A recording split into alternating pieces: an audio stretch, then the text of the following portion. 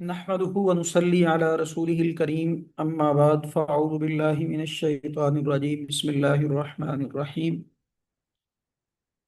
فن تحقیق و عملی مقالہ نگاری کورس کے تمام شرکاء، آپ کو میری طرف سے السلام علیکم ورحمۃ اللہ۔ یہ ہماری کلاس جو آج منعقد ہونے جا رہی ہے، یہ دراصل ہفتے والے دن منعقد ہونی تھی، لیکن کسی ذاتی مصروفیت کی بنا پر اس دن یہ مؤخر کر دی گئی۔ تو آج یہ کلاس ہو رہی ہے اور انشاءاللہ العزیز کل جو اپنے وقت پہ ویسے کلاس تھی وہ منعقد ہوگی۔ تو یہ 2 دن کی ہماری کلاسیں لگاتار آ گئی ہیں۔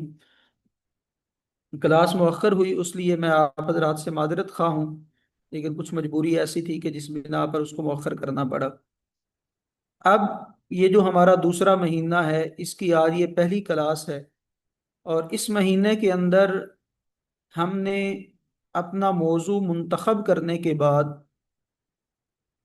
اس کی ابتدائی شکل، جس کو خاکہ تحقیق کہتے ہیں، اس کی طرف بڑھنا ہے۔ خاکہ تحقیق کے عناصر کون کون سے ہوتے ہیں، خاکہ تحقیق لکھتے وقت کون کون سی جزیات پر ہمیں زیادہ وقت لگانا پڑتا ہے اور ان کو کس طریقے سے لکھا جاتا ہے، یہ ساری تفصیلی مباحث انشاءاللہ العزیز اس مہینے کی کلاسز میں آئیں گی۔ خاکہ تحقیق سے جو پہلے انتخاب موضوع کا مرحلہ ہوتا ہے، موضوع کا انتخاب کیا جاتا ہے، پھر اس کی تحدید کی جاتی ہے، اور تحدید کے بعد ایک خوبصورت عنوان تشکیل پاتا ہے۔ آج کی کلاس میں ہم دیکھیں گے کہ موضوع اور عنوان کے درمیان فرق کیا ہوتا ہے، انتخاب موضوع کی اہمیت کیا ہے، اور اس کے مختلف ذرائع کون کون سے ہیں کہ جن کے ذریعے ہم اپنا موضوع منتخب کر سکیں۔ کسی بھی ایک عمومی موضوع کی تحدید کیسے کریں، ایک مناسب، واضح اور جامع تحقیقی عنوان تشکیل دے سکیں گے آج کی کلاس کے بعد۔ اس کے ساتھ ساتھ ہم یہ جان سکیں گے کہ کمزور موضوع کون سا ہوتا ہے اور بہتر عنوان کون سا ہوتا ہے۔ تو یہ آج کی ہماری کلاس کا کچھ خلاصہ ہے۔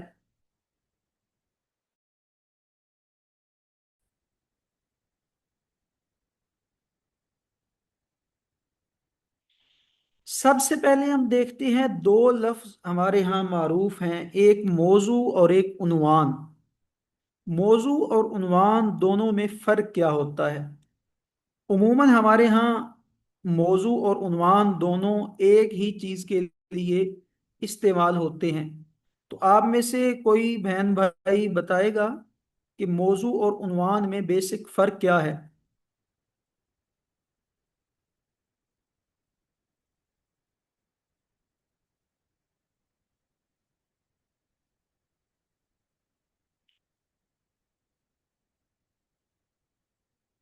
جی، کوئی بتائے گا کہ موضوع اور عنوان اس میں فرق کیا ہوتا ہے؟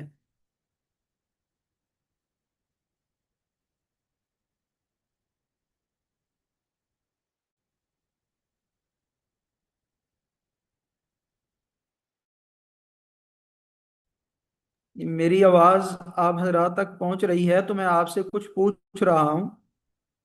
جی ارسلان صاحب، کیا ہم اس طرح کہہ سکتے ہیں کہ مثال کے طور پر ایک موضوع پر کتاب ہے، اس کتاب کا پورا موضوع ہم ایک دے سکتے ہیں، مگر عنوانات جو ہے نا وہ مختلف ہو سکتے ہیں؟ اس میں اندر زبردست، بالکل۔ جتنے میں عنوانات ہوں گے وہ اسی موضوع کا حصہ ہوں گے۔ زبردست۔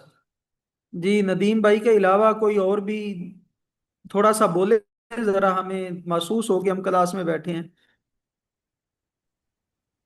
جی سر، اس طرح بھی شاید کہہ سکتے ہوں، آپ اصلاح کیجیے گا، کہ موضوع جو ہے جیسا ایک امبریلا ہے، ایک چھتری ہے، پھر اس کے تحت کافی سارے عنوانات جو ہیں چھوٹے چھوٹے آ سکتے ہیں۔ بالکل زبردست۔ معلمات ہماری بہت کم بولتی ہیں۔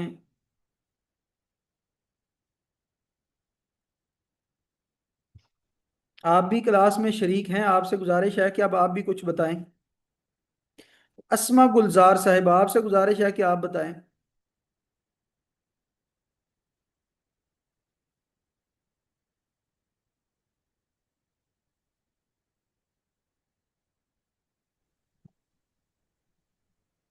السلام علیکم ورحمۃ اللہ وبرکاتہ استاد جی، اپنے سوال کو دوبارہ سے رپیٹ کر دیجیے۔ جی زبردست، سوال یہ ہے کہ موضوع اور عنوان، ان دونوں میں کیا فرق ہے؟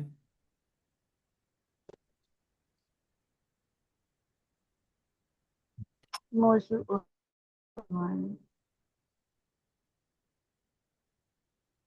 استاد جی عنوان کی مثال ایسے لے لیں، جیسے کہ ہماری بک میں جو مین ٹاپکس ہوتے ہیں، ٹائٹل یا فہرست وغیرہ ہوتی ہے، کہ ہماری جو چیز ہے اس میں وضاحت کے طور پر نظر آ رہی ہے، اور موضوع ہوتا ہے کہ ہم کس چیز پر بات کر رہے ہیں۔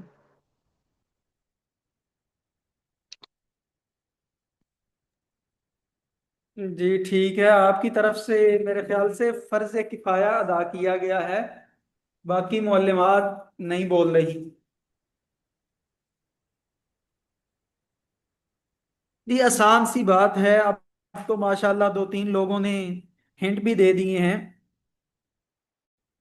ابھی ایک منٹ، چیٹ میں کوئی میسج بھی آیا ہے۔ سر موضوع جس کے متعلق عنوان دیا گیا ہو، دیکھیں آپ بولیں تھوڑی سی یہ جھجک ختم ہوگی، غلط بتائیں گے، اس سے کچھ نہیں ہے، ہم سیکھنے سکھانے کے ساتھ جڑے ہوئے ہیں۔ موضوع ایک بڑی ڈومین ہوتی ہے، اور عنوان اس کے تحت آنے والا ایک حصہ ہوتا ہے۔ یعنی جب آپ اس کو تحقیق کی زبان میں دیکھیں گے نا، تو ہماری تحقیق کی زبان میں موضوع ایک عمومی دائرہ ہے، جس طرح تفسیر ہے، جس طرح حدیث ہے، جس طرح فقہ ہے۔ یہ ایک وسیع میدان ہوتا ہے، اس میں کئی پہلو شامل ہوتے ہیں۔ پھر ہم اس موضوع سے، یعنی تفسیر والے موضوع سے اپنا عنوان بناتے ہیں، ہم اپنا ٹائٹل سیٹ کرتے ہیں کہ یہ جو عنوان ہے، یہ جو موضوع ہے میرا، مثلا میرا موضوع تفسیر ہے، اب میں تفسیر سے اپنے تھیسس کے لیے کوئی ٹائٹل سیٹ کروں گا، وہ جو ٹائٹل ہے اس کو ہم عنوان کہتے ہیں۔ یعنی عربی اگر ہم انگلش میں دیکھیں تو انگلش میں موضوع کے لیے ٹاپک کا لفظ استعمال ہوتا ہے، لیکن خاص طور پہ جو عنوان ہے اس کے لیے ٹائٹل کا لفظ استعمال ہوتا ہے۔ ایک ٹاپک ہے، ایک ٹائٹل ہے۔ ابھی مثال کے ذریعے سمجھ رہے ہیں، مثال ہے ہمارے سامنے ایک موضوع ہے، سوشل میڈیا اور نوجوان۔ اب یہ دیکھیں نا، یہ ایک بڑی ڈومین ہے، سوشل میڈیا، اس کے کئی نیچے بہت ساری چیزیں آ جائیں گی، اس اور نوجوان، اس کے اعتبار سے اگر یہ ہمارا موضوع ہے، ہم نے اپنا موضوع انتخاب کر لیا کہ ہم نے یہ کام کرنا ہے۔ اب اس کے لیے ہمیں کچھ حد بندی کی ضرورت ہے، یہ تو اوپن ہے، اب اس کو ہم مختصر کریں گے اور اس کو اس ایک حد بندی کے اندر لے کر آئیں گے۔ تو اگر ہم کہتے ہیں جامعاتی طلبہ کی مطالعہ عادت پر سوشل میڈیا کے اثرات، لاہور کے منتخب جامعات کا سروے، اب یہ جو ٹائٹل ہے اس کو عنوان کہیں گے۔ بعض دفعہ عنوان اور موضوع دونوں ایک بھی کہہ دیتے ہیں، لیکن ابتدان یہ فرق یاد رکھنا چاہیے کہ موضوع ایک بڑی ڈومین ہے، وہ اوپن ہوتا ہے، اور عنوان وہ ایک اسپیسیفک ہوتا ہے جو صرف ایک ہی دائرے کے اندر ہوتا ہے۔ یعنی اب یہاں پہ وہ نوجوانوں کا جو لفظ تھا وہ بھی آ گیا کہ جامعات کے جو طلبہ ہیں وہ نوجوان ہی ہوتے ہیں، سوشل میڈیا بھی آ گیا۔ اب ان دونوں کو لے کر ہم نے ایک ٹائٹل سیٹ کر لیا کہ جو جامعہ کے یونیورسٹیز کے طلبہ ہیں، ان میں مطالعے کی عادات پر سوشل میڈیا کے کیا اثرات ہوئے ہیں۔ یعنی پہلے تو وہ لائبریریوں میں جاتے تھے، پڑھتے تھے، اب ان کی عادتوں پر کیا اثرات مرتب ہوئے ہیں۔ پھر ہم نے اس کی اور تحدید کر دی کہ جامعات پورے پاکستان کے نہیں، پورے پنجاب کے نہیں، پورے کسی ڈویژن کے نہیں، بلکہ صرف لاہور کے۔ پھر لاہور کے بعد منتخب جامعات، اس سے اشارہ مل گیا کہ لاہور کی بھی ساری یونیورسٹیاں اس میں شامل نہیں ہیں، بلکہ اس کے کچھ مخصوص ادارے ہیں جن کا ہم سروے کر کے ہم اپنی تحقیق پیش کریں گے۔ چلیں جی، اب اس کے بعد ہم آگے بڑھتے ہیں۔ انتخاب موضوع کی اہمیت کیا ہے؟ انتخاب موضوع کی اہمیت سب سے پہلے تو یہ ہے کہ محقق کو معلوم ہو جاتا ہے کہ کیا مواد جمع کرنا ہے اور کیا چھوڑنا ہے۔ دیکھیں، جب آپ اپنا موضوع، اپنا عنوان سلیکٹ کر لیتے ہیں تو پھر آپ کی ایک سمت متعین ہو جاتی ہے۔ مثلا جیسے ابھی ہم نے پیچھے دیکھا نا، جو پچھلا ٹاپک تھا کہ ایک اوپن تھا نا، سوشل میڈیا اور نوجوان۔ ہم نے جب اپنا عنوان سیٹ کر لیا ہے، عنوان سیٹ کرنے کے بعد اب محقق کے لیے اپنا مواد جمع کرنا آسان ہو گیا ہے۔ اسے پتہ ہے کہ میں نے سوشل میڈیا کی تاریخ، سوشل میڈیا کی اقسام، وہ میں نے اپنی ریسرچ میں پیش نہیں کرنی۔ میں نے کیا کرنا ہے، سوشل میڈیا کے استعمال کے جو اثرات مرتب ہو رہے ہیں وہ میں نے صرف مواد لینے ہیں۔ اثرات بھی کن پر؟ نوجوانوں پر۔ پھر نوجوانوں سے کون سے مراد؟ جو صرف اور صرف لاہور کی منتخب جامعات کی ہیں۔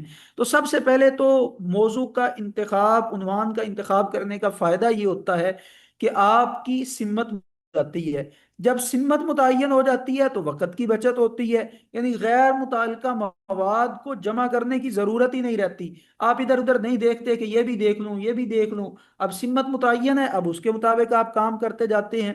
آپ کو مصادر کی نشاندہی ہو جاتی ہے کہ جو جو کتب آپ نے پڑھنی ہے اس کا آپ کو پتہ چل گیا۔ سوالات کی تشکیل، جو تحقیق کے بنیادی سوالات ہیں اور مقاصد ہیں وہ آپ کو پتہ چل جاتے ہیں۔ جب آپ کے عنوان کا انتخاب ہو جاتا ہے تو پھر آپ کو واضح پتہ چل جاتا ہے کہ میں اپنے تھیسس میں سوالات کون کون سے بناؤں گا، اور پھر میرا جو مقالہ ہے وہ بنیادی طور پر کن سوالات کے جواب پر مشتمل ہوگا۔ جب یہ ساری چیزیں ہو جاتی ہیں، آپ کو سوالات، مقاصد واضح ہو گئے، اب آپ نے ابواب بندی کرنی ہے تو آپ کو ابواب بندی کی ترتیب میں بڑا فائدہ رہتا ہے۔ آپ کو ابواب بندی کرتے ہوئے کسی قسم کی پریشانی نہیں بنتی کہ میں اس کے لیے ابواب کیوں بناؤں، کیونکہ آپ کے سامنے آپ کے عنوان کے الفاظ موجود ہیں۔ انہی الفاظ کو آپ نے جوڑ جوڑ کے اپنی ابواب بندی بنا لینی ہے، جو کہ انشاءاللہ العزیز ہم خاکہ تحقیق کے اندر تفصیل سے پڑھیں گے کہ ابواب بندی کس انداز میں کی جاتی ہے۔ یہ آج جو سمجھیں کہ آج کا جو ہمارا دن ہے نا، اس دن کے اعتبار سے سب سے اہم سلائیڈ ہے، اس پر خوب توجہ کرنی ہے۔ ابھی میں آپ سے اس سلائیڈ کے متعلق کچھ پوچھوں گا بھی۔ آپ میں سے ہر بندے کا یہ سوال تھا جب میں نے پچھلے مہینے پچھلی سوری اسائنمنٹ دی کہ آپ نے کوئی 5 موضوع ان کو منتخب کر کے وہ اسائنمنٹ بیان کرنی ہے، اور اس کے ساتھ تھوڑی سی وجہ بھی لکھنی ہے کہ یہ میرا موضوع ہے اور یہ اس کو میں نے منتخب کیوں کیا یا اس کی اہمیت کیا ہے۔ مختصراً تبصرہ بھی تھا۔ آپ کی ماشاءاللہ اسائنمنٹس آئیں، اور اس حوالے سے تھوڑی سی گفتگو کر لیتے ہیں کہ جو آپ کی اسائنمنٹ تھی ان میں بہت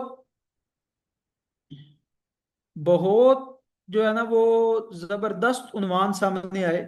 میں آپ حضرات کے سامنے صرف ایک دو عنوان ہیں جن پر میں تھوڑی سی بات کرنا چاہوں گا، اور جن صاحب کے وہ عنوان تھے واقعتاً انہوں نے بڑی محنت کے ساتھ، نظر آ رہا تھا کہ واقعتاً بڑی ہی محنت اور غور و فکر کے بعد وہ عنوان ترتیب دیے ہیں۔ رابعہ ارشد صاحبہ کی جو عنوانات تھے، اس کے علاوہ بھی تھے، تو ان کو میں تھوڑا سا ڈسکس کرنا چاہتا ہوں۔ پہلا عنوان جو تھا، اسلامی تعلیمات کی روشنی میں خاندانی نظام کا استحکام اور موجودہ دور کے معاشرتی چیلنجز، ایک تحقیقی مطالعہ۔